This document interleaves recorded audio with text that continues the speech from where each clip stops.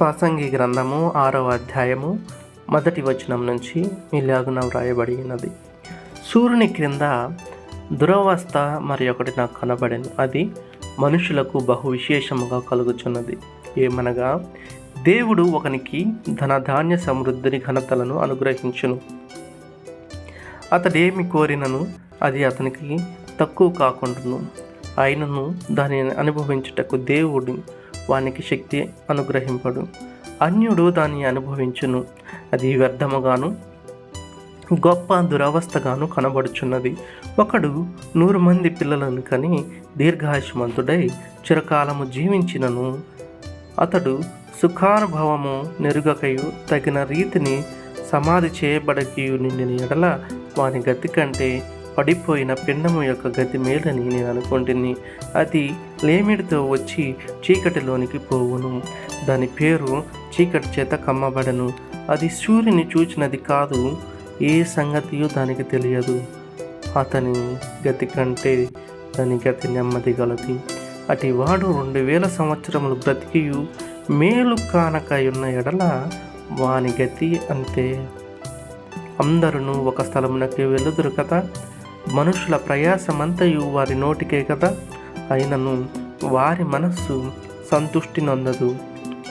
బుద్ధిహీనుని కంటే జ్ఞానుల విశేషమేమి? సజీవుల ఎదుట బ్రతక నేర్చిన బీదవానికి కలిగిన విశేషమేమి? మనస్సు అడి ఆశలు కలిగి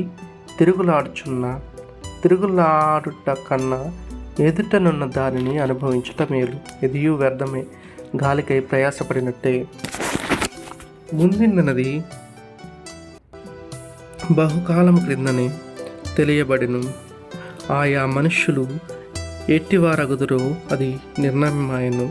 తమ కంటే బలవంతుడైన వానితో వారు వేద్యమాడజాలరు. పలుకబడిన మాటలలో నిరర్థకమైన మాటలు చాలా ఉండును. వాటి వలన నరులకేమి లాభము? నీడవలే తమ దినములన్నీ వ్యర్థముగా గడుపుకొనొచ్చు. మనుషుల బ్రతుకునందు ఏది వారికి క్షేమకరమైనదో ఎవరికి తెలియను? వారు పోయిన తరువాత ఏమి సంభవించునో వారితో ఎవరు చెప్పగలరు? 7వ అధ్యాయము. సుగంధ తైలము కంటే మంచి పేరు మేలు, ఒకని జన్మదినము కంటే మరణదినమే మేలు. విందు జరుగుచున్న ఇంటికి పోవట కంటే ప్రలాపించుచున్న వారి ఇంటికి పోవట మేలు. ఏలయనగా మరణము అందరికీ వచ్చును కనుక బ్రతుకు వారు దానిని మనస్సున పెట్టుదురు. నవ్వుట కంటే దుఃఖపడట మేలు. ఏలయనగా భిన్నమైన ముఖము హృదయమును గుణపరచును. జ్ఞానుల మనస్సు ప్రలాపించు వారి ఇంటి మీద నుండును. అయితే బుద్ధిహీనుల తలంపు సంతోషించు వారి మధ్యుండును. బుద్ధిహీనుల పాటలు వినుట కంటే జ్ఞానుల గద్దింపు వినుట మేలు. ఏలయనగా బాణ క్రింద చిటపటయను, చితుకుల మంట ఎట్టిదో బుద్ధిహీనుల నవ్వు అట్టిదే. ఇదియు వ్యర్థము. అన్యాయం చేయుట వలన జ్ఞానులు తమ బుద్ధిని కోల్పోవుదురు. లంచము పుచ్చుకొనుట చేత మనసు చెడును. కార్యారంభము కంటే కార్యాంతము మేలు. అహంకారము గలవారి కంటే శాంతము గలవాడు శ్రేష్ఠుడు. ఆత్రపడి కోపపడవద్దు.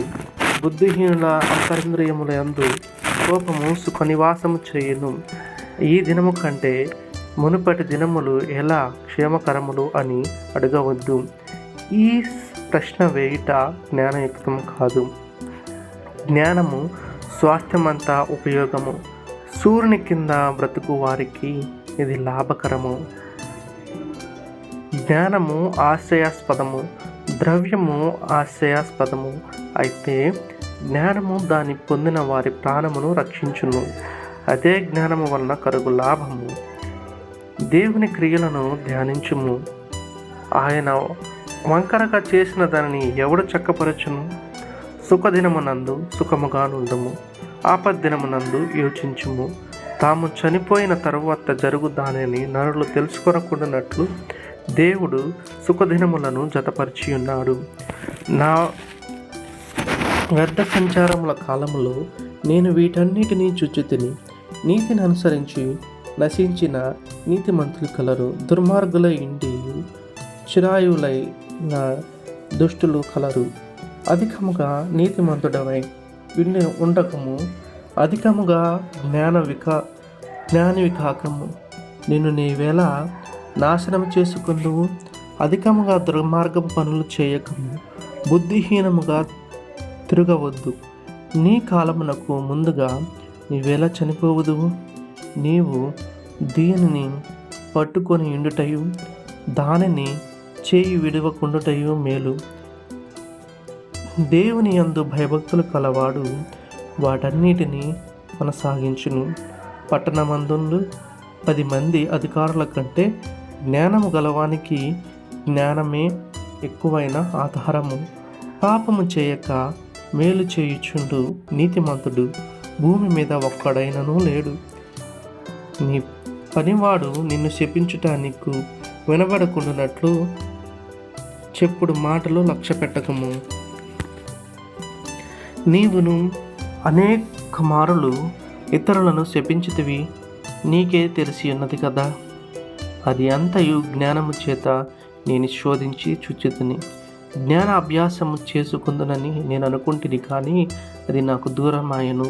సత్యమైనది దూరముగాను బహులోతుగాను ఉన్నది. దాని పరిశీలన చేయగలవాడెవడు? విమోచించుటకును పరిశోధించుటకును జ్ఞానాభ్యాసము చేయుటకై సంగతుల యొక్క హేతువులను తెలుసుకొనుటకును భక్తిహీనత బుద్ధిహీనత అనియు బుద్ధిహీనత వెరితనం అనియు గ్రహించుటకును రూఢి చేసుకుని నా మనసు నిలిపితని. మరణము కంటే ఎక్కువ దుఃఖము కలిగించినది ఒకటి నాకు కనపడెను. అది వలల వంటిదై ఉరుల వంటిది, మనస్సును బంధకముల వంటి చేతులను కలిగిన స్త్రీ.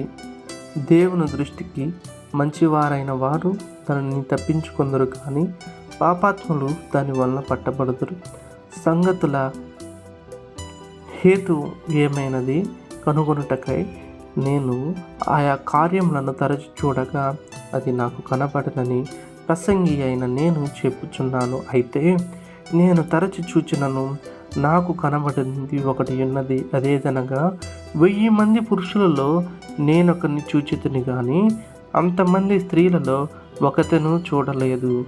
అది ఒకటి మాత్రము నేను కనుగొంటిని, ఏమనగా దేవుడు నరులను యథార్థవంతులుగా పుట్టించెను, కానీ వారు వివిధములైన తంత్రములు కల్పించుకొని ఉన్నారు.